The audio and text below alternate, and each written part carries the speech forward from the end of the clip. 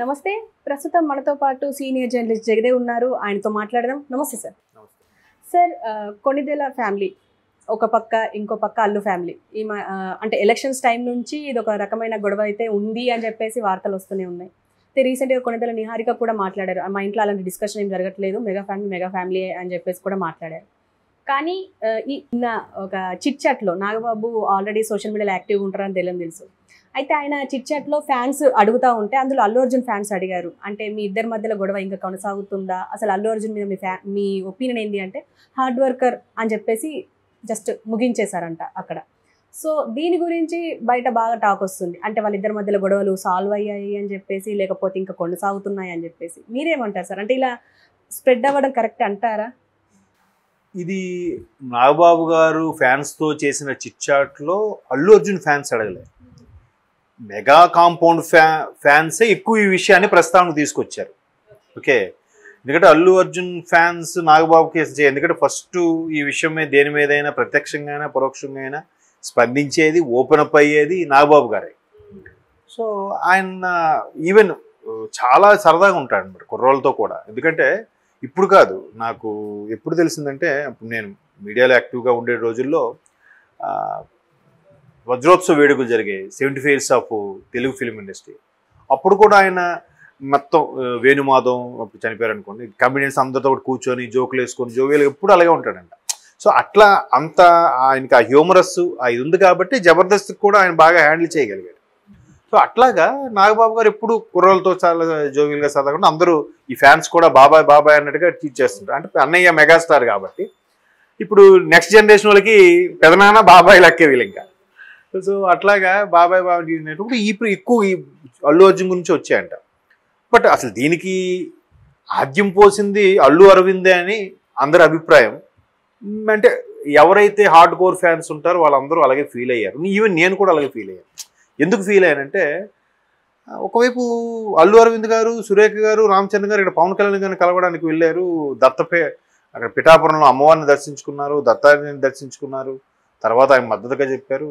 Next ఈవినింగే అనుకుంటా ఈయన మళ్ళీ అక్కడికి వెళ్ళి మద్దతు ప్రకటించడం అనేది కొంచెం ఎబ్బెట్టుగానే అనిపించింది. ఎన్టీఆర్ గారు మద్దతు ప్రకటించలేదా?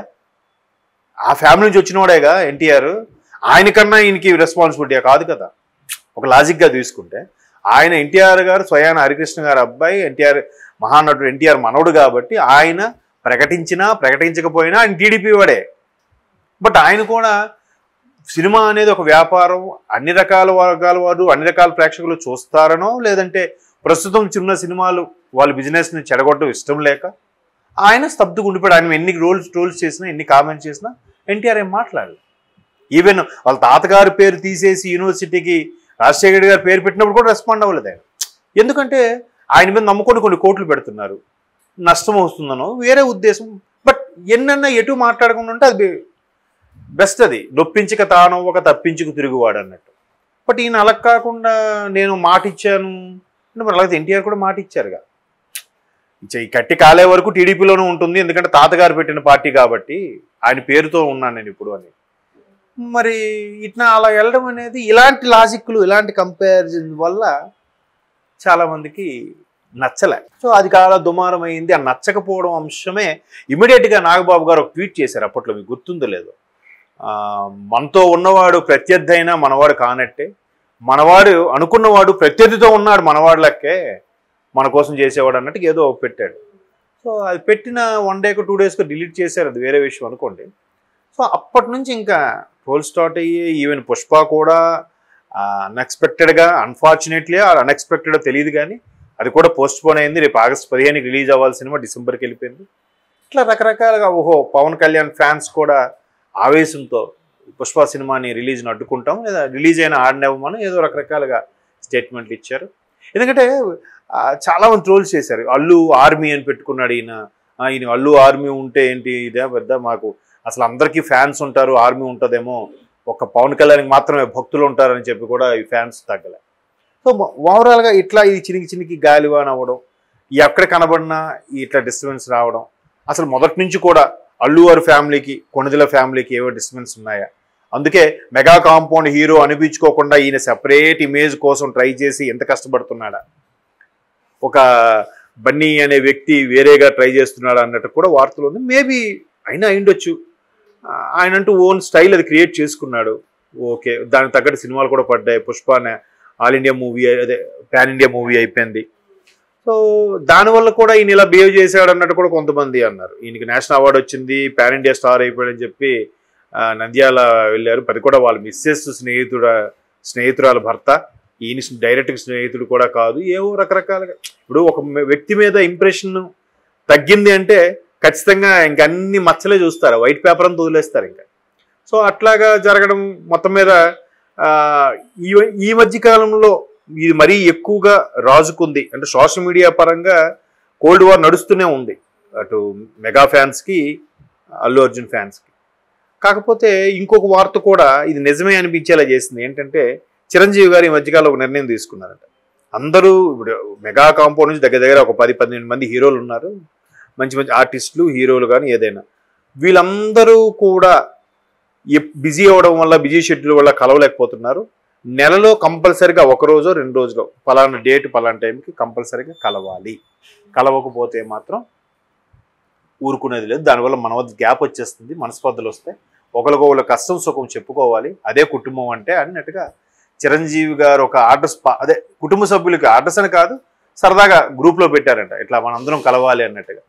సో దానికి కూడా నెటిజన్స్ ఎలా చెప్పారంటే, ఇది అల్లు అరవింద్ ఫ్యామిలీని కూడా పిలుస్తున్నారు ఈ మీటింగ్కి, వాళ్ళు కూడా నెలలో ఒకసారి వచ్చి కలవాలి అంటే, ఇది మేబీ ఈ మధ్యన వచ్చిన గ్యాప్ని తుడిచిపెట్టడానికే చిరంజీవి గారు ఎక్కువ కుటుంబ వ్యవస్థ మీద ఎక్కువగా ఆయనకి నమ్మకం.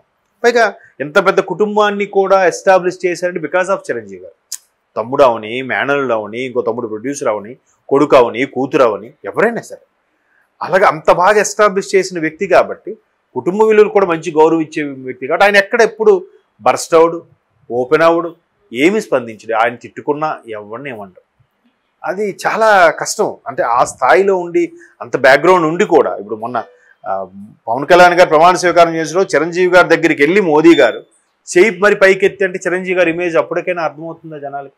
బట్ ఆయన అలా ఉండటం, ఎవరే విసిరినా కామెంట్ చేసినా సరే అని వెళ్తుంటుంది. సో ఆ వ్యక్తి ఇంకా కుటుంబ విలువల్ని కాపాడడం కోసం ఇట్లా ఏమైనా, ప్రతి కుటుంబం అన్నాక చిన్న చిన్న పొరపచ్చాలు వస్తాయి కదా, మేబీ దాటిని కవర్ చేయడానికి ఈ విధంగా ఆయన మళ్ళీ కుటుంబం అంతా కలిసి నెలలో ఒకసారి కానీ 2 రోజులు కానీ ఏదో ఒక 2 డేట్స్లో కంపల్సరీగా కలవాలి అనే కాన్సెప్ట్ తీసుకొచ్చారు. దానికి అల్లు వాళ్ళ ఫ్యామిలీ కూడా వస్తారు అన్నట్టు కూడా వార్తలు వచ్చాయి.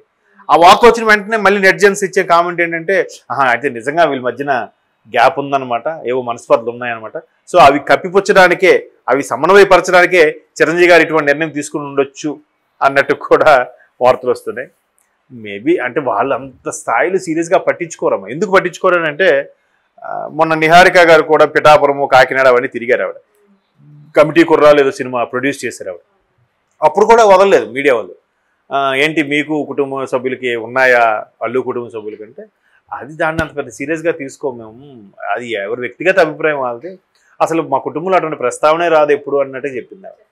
ఆవిడ మరీ తామరాకు నీటి పుట్లకి అలా తేలిపి వెళ్ళిపోయింది ఆవిడ. అంతే బెస్ట్ లేండి. అదే ఇప్పుడు ఒక మాట అంటే దానికి మళ్ళీ ఇంకోలా ఊహించుకొని, ఇప్పుడు పొరపాటు నాగబాబు గారు ఏం పెట్టారు, మావాడు కానప్పుడు మాతో ఉన్న పరాయివాడే, పరాయివాడుగా ఉన్నోడు మా కోసం ఆలోచించేవాడైనా మావాడే అన్నాడు పెట్టాడు ఆయన. అక్కడ దాని అర్థం ఏంటి, వీడు మాతో ఉంటున్నాడు కానీ వేరే వాళ్ళతో కలుస్తున్నాడు రా అన్నట్టుగా అర్థం వచ్చేలా పెట్టారనే ఎంతవరకు లాగుతున్నారు.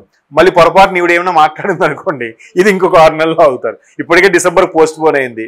రీజన్స్ ఏవైనా కానీ కేవలం పవన్ ఫ్యాన్స్కి భయపడే పోస్ట్ పోన్ చేశారన్నాడు వార్తలు కూడా వినిపిస్తున్నాయి. ఈ ఎందుకు వచ్చిన సమస్య నేను అనుకోవడం ఏంటంటే, వాళ్ళు బాగానే ఉంటారేమో, మనమే డీప్గా ఇట్లా డిస్కషన్లు పెట్టేసి ట్రోల్ చేస్తామేమో. కానీ చూద్దాం, డిసెంబర్లో రిలీజ్ అవ్వాలి కోరుకుందాం. అవన్నీ సమస్య పోతాయమ్మా, పెద్ద ఇదేం కాదు. అక్కడ ఎవరు విరోధులు శత్రువులు ఏం కాదుగా. ఇప్పుడు ఆ రాజకీయ నాయకులు ఫర్ ఎగ్జాంపుల్ ఆయనే నంద్యాల వెళ్ళాడు ఆయన కలవడానికి, అదే కదా ఇప్పుడు ఇష్యూ అంతా. ఆ నంద్యాల ఆయన వచ్చి టీడీపీలో అక్కడ జనసేనలో చేరిపోయాడు అనుకోండి, ఏంటి పరిస్థితి?